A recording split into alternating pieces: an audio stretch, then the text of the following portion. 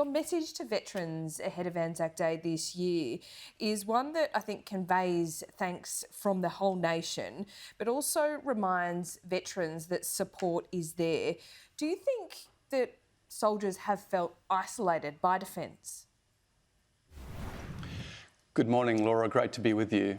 This Anzac Day, we take very special pride in acknowledging the service of over 2 million men and women who have served in our uniform in Australia.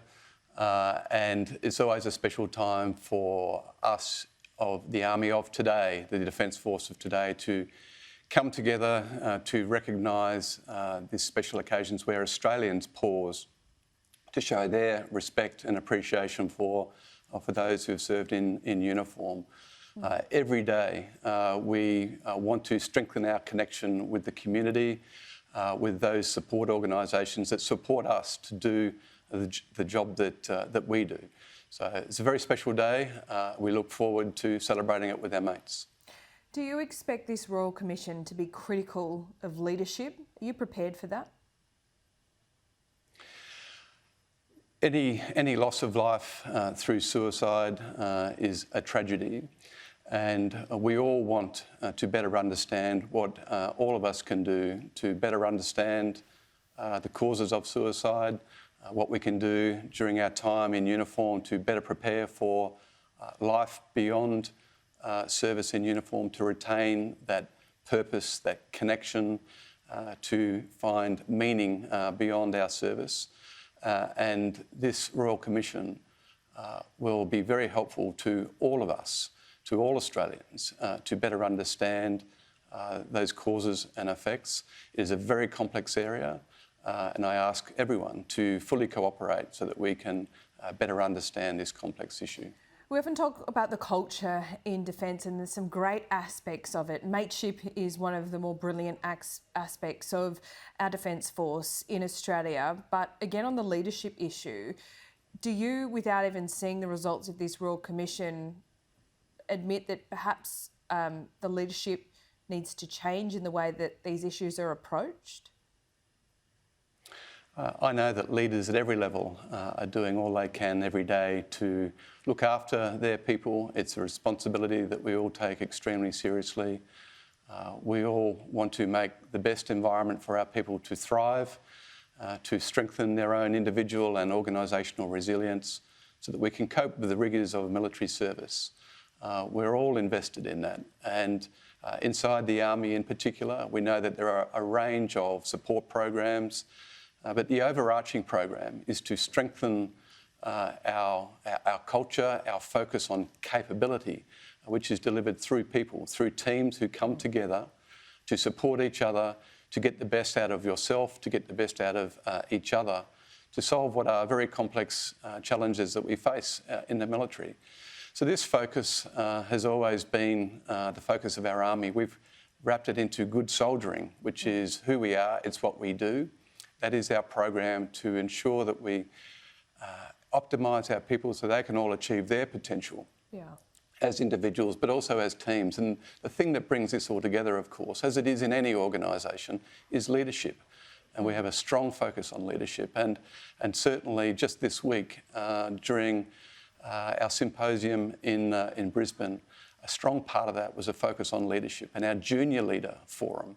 When I say leaders at every level, our junior leaders are absolutely critical to delivering that lived experience on the ground so that our people can enjoy the benefits of service in a safe and inclusive way, but always focused on what our outcomes are, what our mission is. Junior leaders are our future and we're investing in them. And just this week in Brisbane, as I said, they had a tremendous program where they came together from all across the country. And meeting with them is truly inspirational. They have a clear eye on the future, the desire, the passion and the professionalism to make a difference in the future, and it is their future that we're preparing them for. Indeed. You speak of the mission. The mission in Afghanistan was long and at times it was very complicated as well. What role did the difficult mission in Afghanistan, the length of the war, contribute to the the mental health issues that we're seeing among veterans, do you think?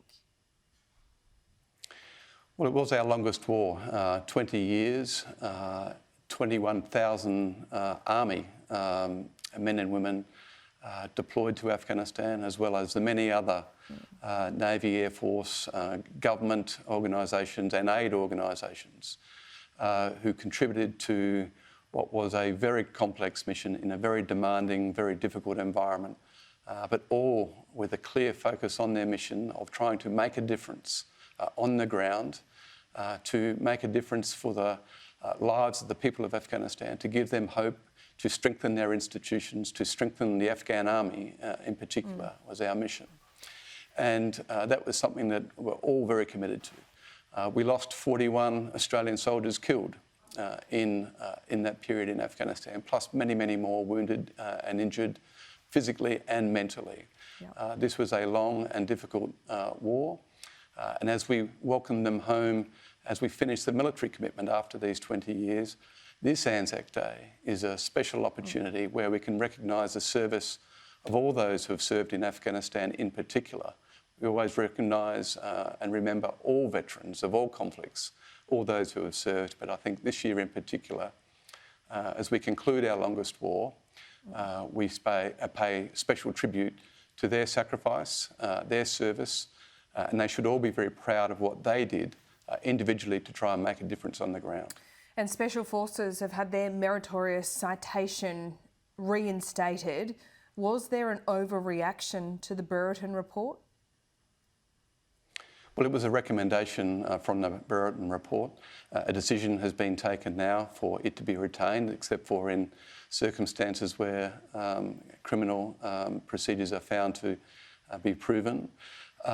So our people should very much proudly wear their citation, their honours and awards that they achieved in their service, wherever that service was conducted. And Anzac Day is the time to do that, to wear their medals. Every medal tells a story. Our people have got lots of stories to tell, and we want all of our men and women in uniform and all of our veterans to participate in whatever way they can, in whatever form that might take on this Anzac Day, whether it be the dawn service at the end of your driveway, or it's the more collective ones at memorials all around the country. The dawn service is always a very special time, very moving, where Australians all get up before light to show their respect. That is incredibly powerful, incredibly emotional. It is also uniquely Australian, where we conduct this dawn service in this way. It makes me very proud that we can serve in a nation where that gratitude, that support, that appreciation is shown for our men and women in uniform. Indeed. Chief of Army Rick Burr, thanks so much for your time. Thank you very much, Laura. And we'd like to remind you that there is help if you need it from the defence community. Please reach out to one of these organisations. Open Arms, the Defence Family Helpline or Lifeline are all available to you.